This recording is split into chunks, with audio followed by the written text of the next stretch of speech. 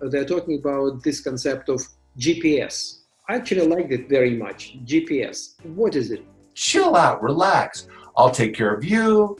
You take care of me. Live life with a little bit more gratitude. Live in the moment, honor people, appreciate people with what's highest on their joy list. And that's the GPS. Most Asians don't want a big to-do where they're honored in front of other people because it's embarrassing. So they much rather have a little gift that shows that you really appreciate them. So it's finding out how people want to be honored. That really is the key.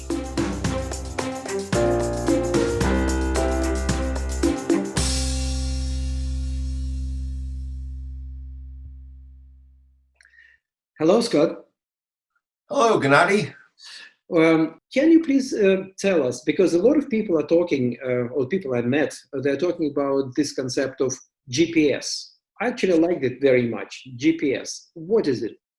So GPS, that's really the premise of the book, Celebrate Lessons Learned from the World's Most Admired Organizations, which you referred to a few minutes ago. And the GPS concept, we did research, surveys, interviews in 35 countries to find out how organizations engage employees, how they create a better customer experience, and how they use celebration as a strategic tool. And what came out of that research was, and we lumped it into three categories, was those organizations, they come from a place of gratitude. So they appreciate their employees. They look for opportunities to honor them.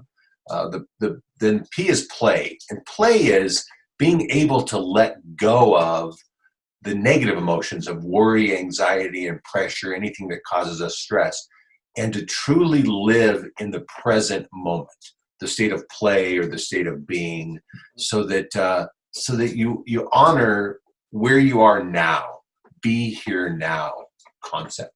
Right. And then a bit of playfulness, right? So you don't take things too seriously, right? You take it a little bit with the kind of looking at the fun aspect, I think, of that. Yeah, I love what Jack Welch says. Jack Welch says that, and the way that he built this big learning environment at General Electric, he said he taught his workers to take their work serious, but take themselves lightly. So I would say the same thing, that you focus on your work, but we can have fun doing it. Right. So, but in order to do that, we really need to be in the present and not worrying about all the negative of the past. And then the last, the surprise aspect, is the element of the unexpected. How can we creatively catch people doing something right, or to honor them in a way that's highest on their joy list, to figure out their intrinsic motivators, to really give them more of what they're passionate in life. And in order to do that, we have to know more about them. So how do we create their perfect world? And the more that we can do that in a way that's fun, the surprise aspect. So that's the GPS. So I teach organizations that you need an anchor, especially during this time. We're talking at the time of when the pandemic's been with us for about 6-7 weeks now. I think I'm on quarantine about 2 months almost. Yeah, 2 months. Yeah, maybe I guess it is about 2 months. And anyway, so we need an anchor. We need some kind of reminder that when we get stressed out, when we get pressure or anxious. So the universal sign for play is the old hang loose. So it's which in Hawaiian this means shaka, which means chill out, relax. I'll take care of you. You take care of me. Live life with a little bit more gratitude. Live in the moment. Honor people. Appreciate people with what's highest on their joy list. And that's the GPS. So that's the anchor to remind us that we can change, that we do have a choice, no matter how hard life gets. It's really just focus. We talk about change your lens, change your language, and you can change your life. And that's true not only for big bosses, not only true for managers, and for co-authors, for employees among them, right? Among people. They can surprise, they can show gratitude, they can be playful and play. So it's not really the advice to the big guys to manage people. It's just an advice to create a culture of engagement and culture of gratitude, culture of playfulness, culture of surprise. Yeah, it really does come down to the culture, which obviously starts at the top because attitude flows downhill. Right. So, Could there be a fine line between manipulation? Because we know a lot of stories when big boss comes, hey, John, I like you, here is the check. And in fact, he doesn't give a toss about John, and then, but it's like showing off and, like, or some, for example, a friend of mine worked for one of the major consulting companies and they had to go for a drink no matter what. It was like obligatory on Friday. And he said, well, I've got two kids, I have to go to be with family. No, no, no, no, no, no. You have to be there, etc., etc. So this is the sort of kind of, on one hand, intention is good, but then there's an element of capitalistic manipulation. Let's put yeah. it that way. And that's really the surprise piece of it is what's highest on their joy list, the intrinsic motivators. Mm-hmm. So it's really up to us to to customize and honor those in a way that they want to be honored in. In Asia, most Asians don't want a big to-do where they're honored in front of other people because it's embarrassing. So they much rather have a little gift that shows that you really appreciate them. So it's finding out how people want to be honored. That really is the key. Right. In fact, when I was reading your book, I was working as management development consultant, and I worked a lot in Eastern Europe, in Russia, Ukraine, as a advisor for companies. And this celebrate culture is the same. It's like Asian. It's not that people like to celebrate, but among friends, usually not job related at all. So job was perceived as something we have to do. It's for money, for salary. But celebration actually is among family, close friends, when you can drink and be really yourself, myself. Yeah. So, and that's why now things are changing, let's say, with the new generation of people, more open-minded, but still celebration is not really that common. Yeah. Unless it's like in corporate books that you have to, celebrate. So something like.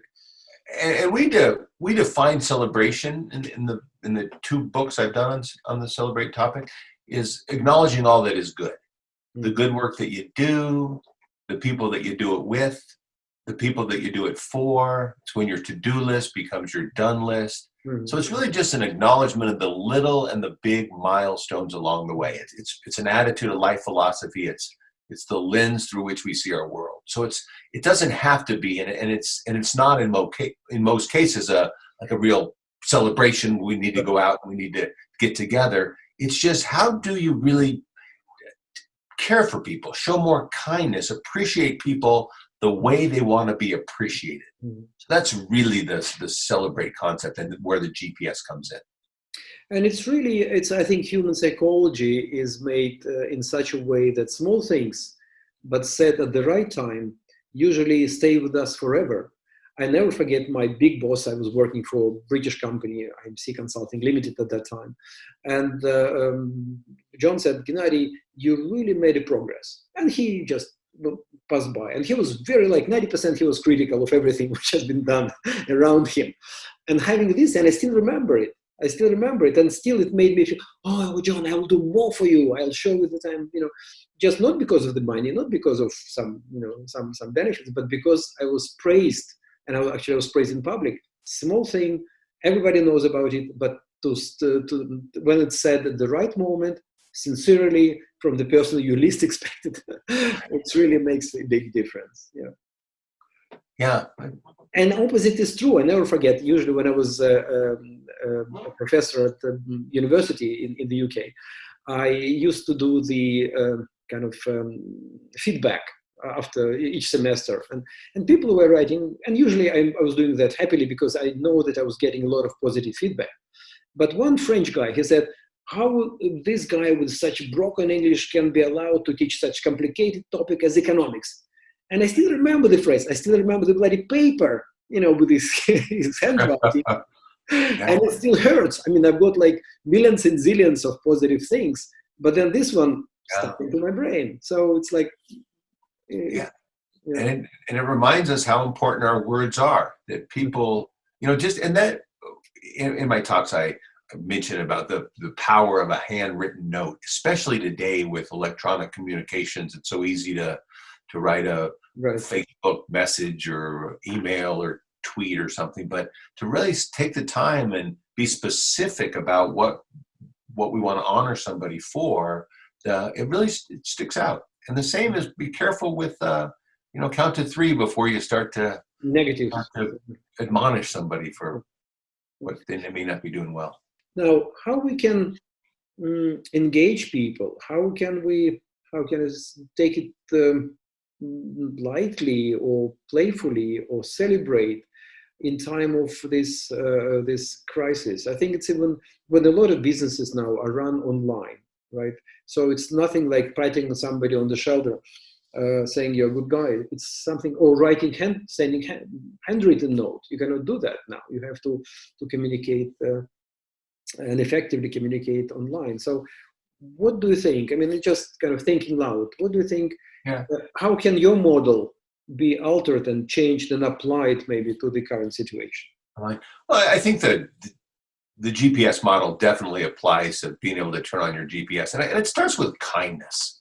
The more than anything now is just, and you see it. One of the beautiful thing that has come out of this is I find people are more kind. So it's starting with just taking the focus off of ourselves and being empathetic where other people may be coming from. We all react to situations differently, and my default is I go to gratitude. When I have a problem in my life, I think, wow, I'm so grateful for the life I normally have. So any kind of issue makes me appreciate what I do have. And so I think just to slow down, to take a little time to be more kind. And then online, a couple of years ago, when I was speaking in the Philippines and ran into a lady who runs a NGO there, and her name is Sophie, and she had this concept called the Hero of the Day, and they have a lot of volunteers in this NGO and suppliers, and she says every day she makes a point to identify a hero of the day and tell them of this ritual, and then give them give them a little hero of the day token, whatever that may be, a card and maybe a gift specific to that person. But even just a card is great. So today, if we have our own hero of the day, is because of, like, you and I are talking on Zoom right now, and it's pretty darn good communication.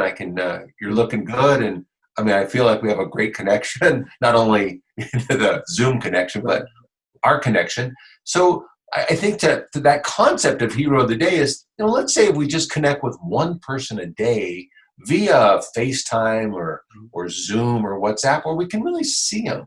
Because, it's funny, we did a kind of, as I'm sure most families, and I think you had mentioned this to me as well, where we're connecting with our families. And I remember getting my mom on Zoom, and we did a little family gathering. And she goes, geez, this is great, because you don't see your grandkids that often. And my mom was saying, and how nice just to bring the family together virtually from around the country on every Sunday. All of a sudden we create more connection, and we really can do more with this technology than we were doing before. I just had a Zoom birthday party, and I'll remember that forever. That's a good concept, regardless of what stage we are with this pandemic. I love to be able to connect with people from around the world. So I just think to take advantage of the technology, and it's very interactive. But it starts with intention and being kind, and not being so focused on our own woes. Sure, we all have our own stories that we bring to this, but if we truly look for the gifts in the situation and share those gifts, and be ambassadors of hope and ambassadors of kindness, then I think we'll become much better because of it. That's very good advice, especially in the time of when mass media really is making it worse, because I'm 100% positive that things are really bad, but they're not as bad as when you start reading news and some comments, and it's like one positive for each 10 of terrible doomy gloomy conspiracy, etc. So I think this is the very, very true. You are mentioning celebrate with your customers. So can you say something about that? How you can celebrate with your customers? How you can use maybe this GPS system with your customers? Is it possible? Sure. Yeah, it goes back to the surprise is finding out more about our customers. I mean, how can we? One great example that I was speaking in Sri Lanka, and I was staying at the Taj Samadra Hotel, and I remember checking into my room, and there was a picture frame on the side of the bed with me and 8 kids from a home that Together We Can Change the World had built in Luang Prabang, Thailand.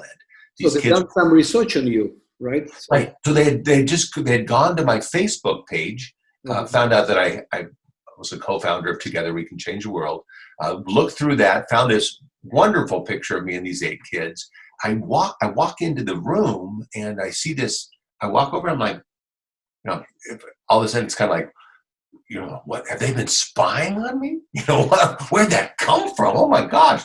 But then it's like, wow. Now anything that the hotel does after this point doesn't even matter. Let's say there's no running water. Who cares? I got that nice photo. Food poisoning. It's like, it's been 2 days in bed. Doesn't matter. I got the photo.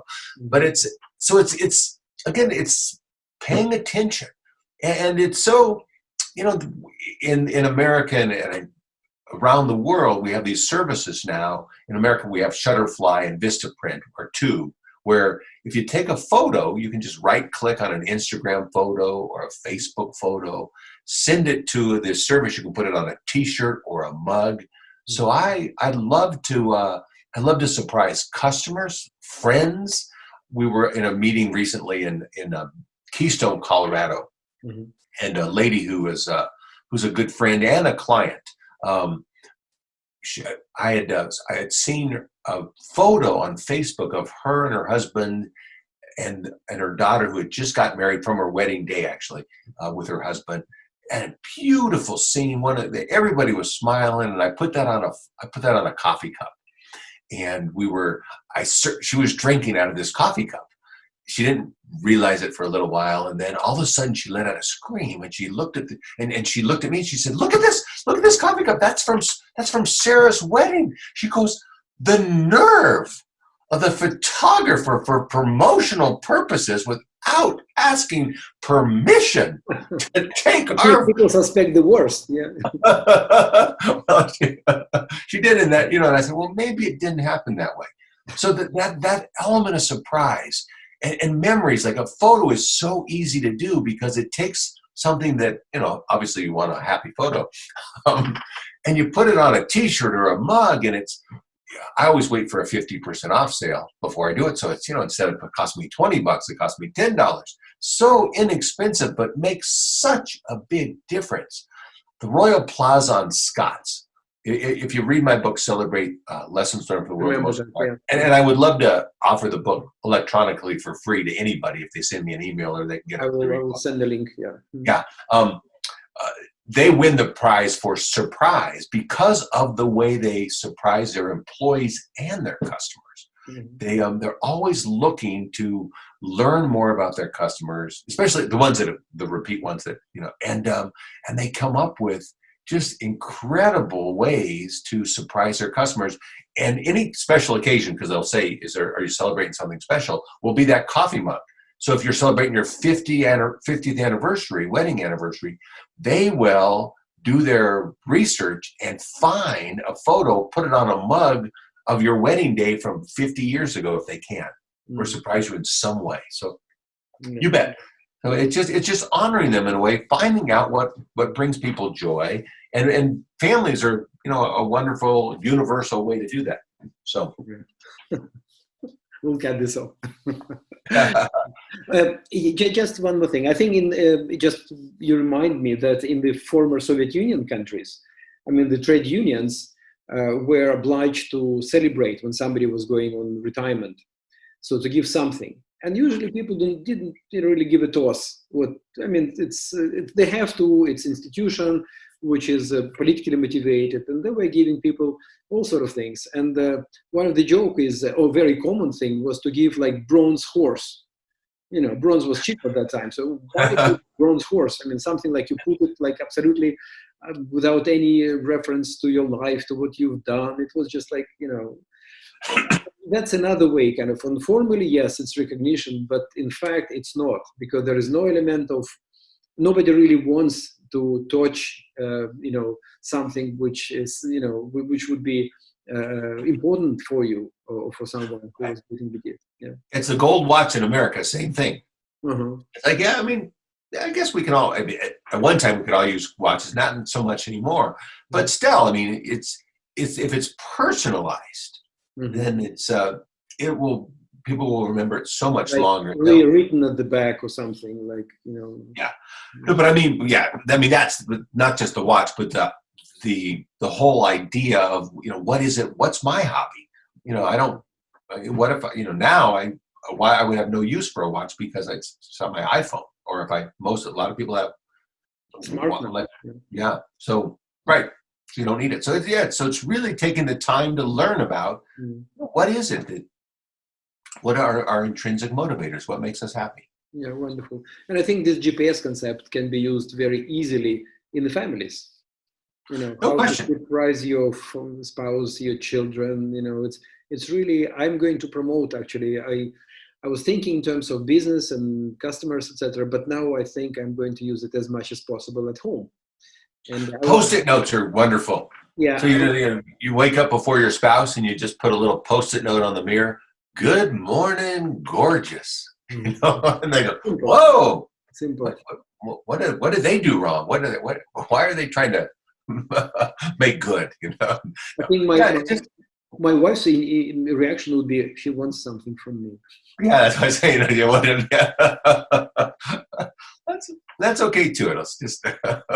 Well, at least when it's common, then it's taking like, yes, it's the sign of appreciation, not just trade off something. Yeah. Okay. Well, thank you very much, Scott. A really pleasure of talking to you, seeing you, and stay healthy, energetic, and really.